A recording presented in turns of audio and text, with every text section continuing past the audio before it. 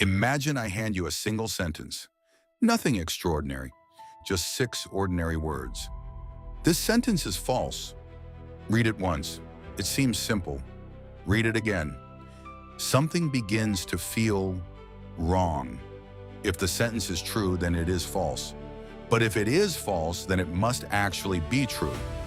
Neither possibility survives its own conclusion. The sentence attacks itself.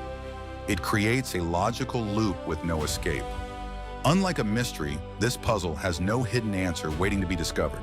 The contradiction is the answer. For over 2,000 years, philosophers, mathematicians, and logicians have wrestled with this tiny sentence. It contains no difficult vocabulary, no advanced mathematics, no scientific jargon, yet it exposes cracks in the very foundation of logic. And if logic itself can break, what else can? The birth of the paradox. The puzzle is known as the liar paradox. Its earliest known form is often attributed to the ancient Greek philosopher Epimenides, who supposedly declared, "All Cretans are liars." Since Epimenides himself was a Cretan, the statement became deeply unsettling. If he tells the truth, then Cretans lie, meaning he lies, which means the statement is false. But if the statement is false, then not all Cretans lie, meaning he could actually be telling the truth. Centuries later, philosophers simplified the paradox into an even cleaner form. This sentence is false. 6 words, an intellectual bomb.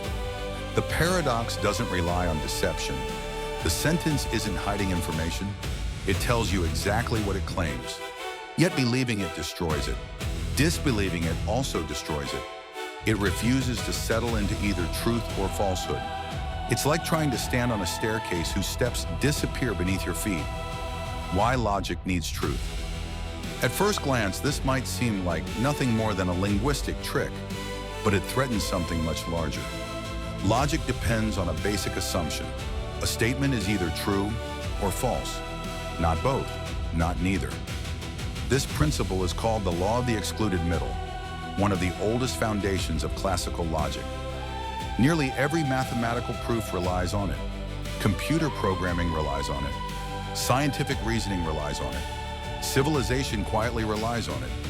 If a statement can be neither true nor false, then entire systems of reasoning begin to wobble. The liar paradox isn't just questioning one sentence. It's questioning whether language itself can always describe reality consistently. The strange power of self-reference. The real villain isn't lying, it's self-reference. The sentence points at itself, like a camera filming its own screen, like 2 mirrors facing each other forever.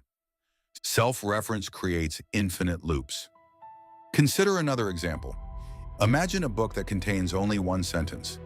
Everything written in this book is false. Now the book refers to itself. No matter how you evaluate it, the conclusion circles endlessly. Self-reference seems harmless, until it isn't. Because once a system can describe itself, it can also contradict itself. This insight would eventually shake mathematics itself. When mathematics collapsed. In the early 20th century, mathematicians believed they were close to achieving perfection. They dreamed of building mathematics from an absolutely solid logical foundation. Every truth could be proven, every contradiction eliminated. Then came Bertrand Russell. Russell discovered a paradox involving sets. Imagine the set of all sets that do not contain themselves. Now ask one innocent question. Does this set contain itself? If it does, then it shouldn't. If it doesn't, then it should. Another logical explosion. The paradox nearly destroyed the ambitious project of reducing all mathematics to perfect certainty. It forced mathematicians to rebuild the foundations of logic itself. One tiny act of self-reference had infected an entire universe of reasoning. Gödel's impossible discovery.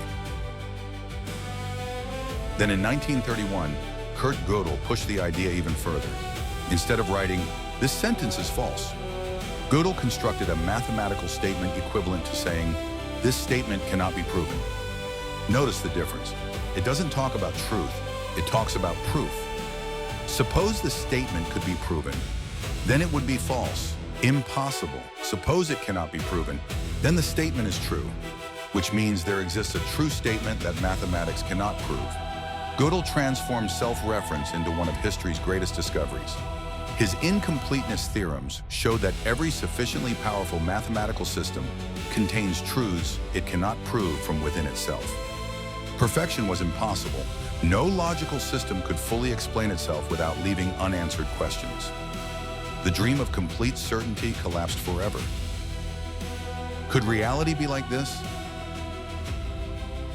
Here's where philosophy becomes unsettling. What if the universe resembles these paradoxes? Human consciousness constantly refers to itself. You think about yourself thinking. You observe yourself observing. You become aware that you're aware. The mind is perhaps the greatest self-referential system ever known. Could this explain why consciousness remains so mysterious? Maybe every attempt to fully explain consciousness creates the same kind of infinite loop. Perhaps the observer can never completely observe itself, just as an eye cannot directly see itself without using a mirror. Maybe consciousness always requires a mirror that can never be fully reached. The limits of language. The Austrian philosopher Ludwig Wittgenstein believed many philosophical problems arise because language pushes beyond its proper limits. Sometimes we ask questions that language simply isn't built to answer. The liar paradox may be one example. Perhaps the sentence isn't revealing a contradiction in reality. Perhaps it's revealing a limitation in language itself.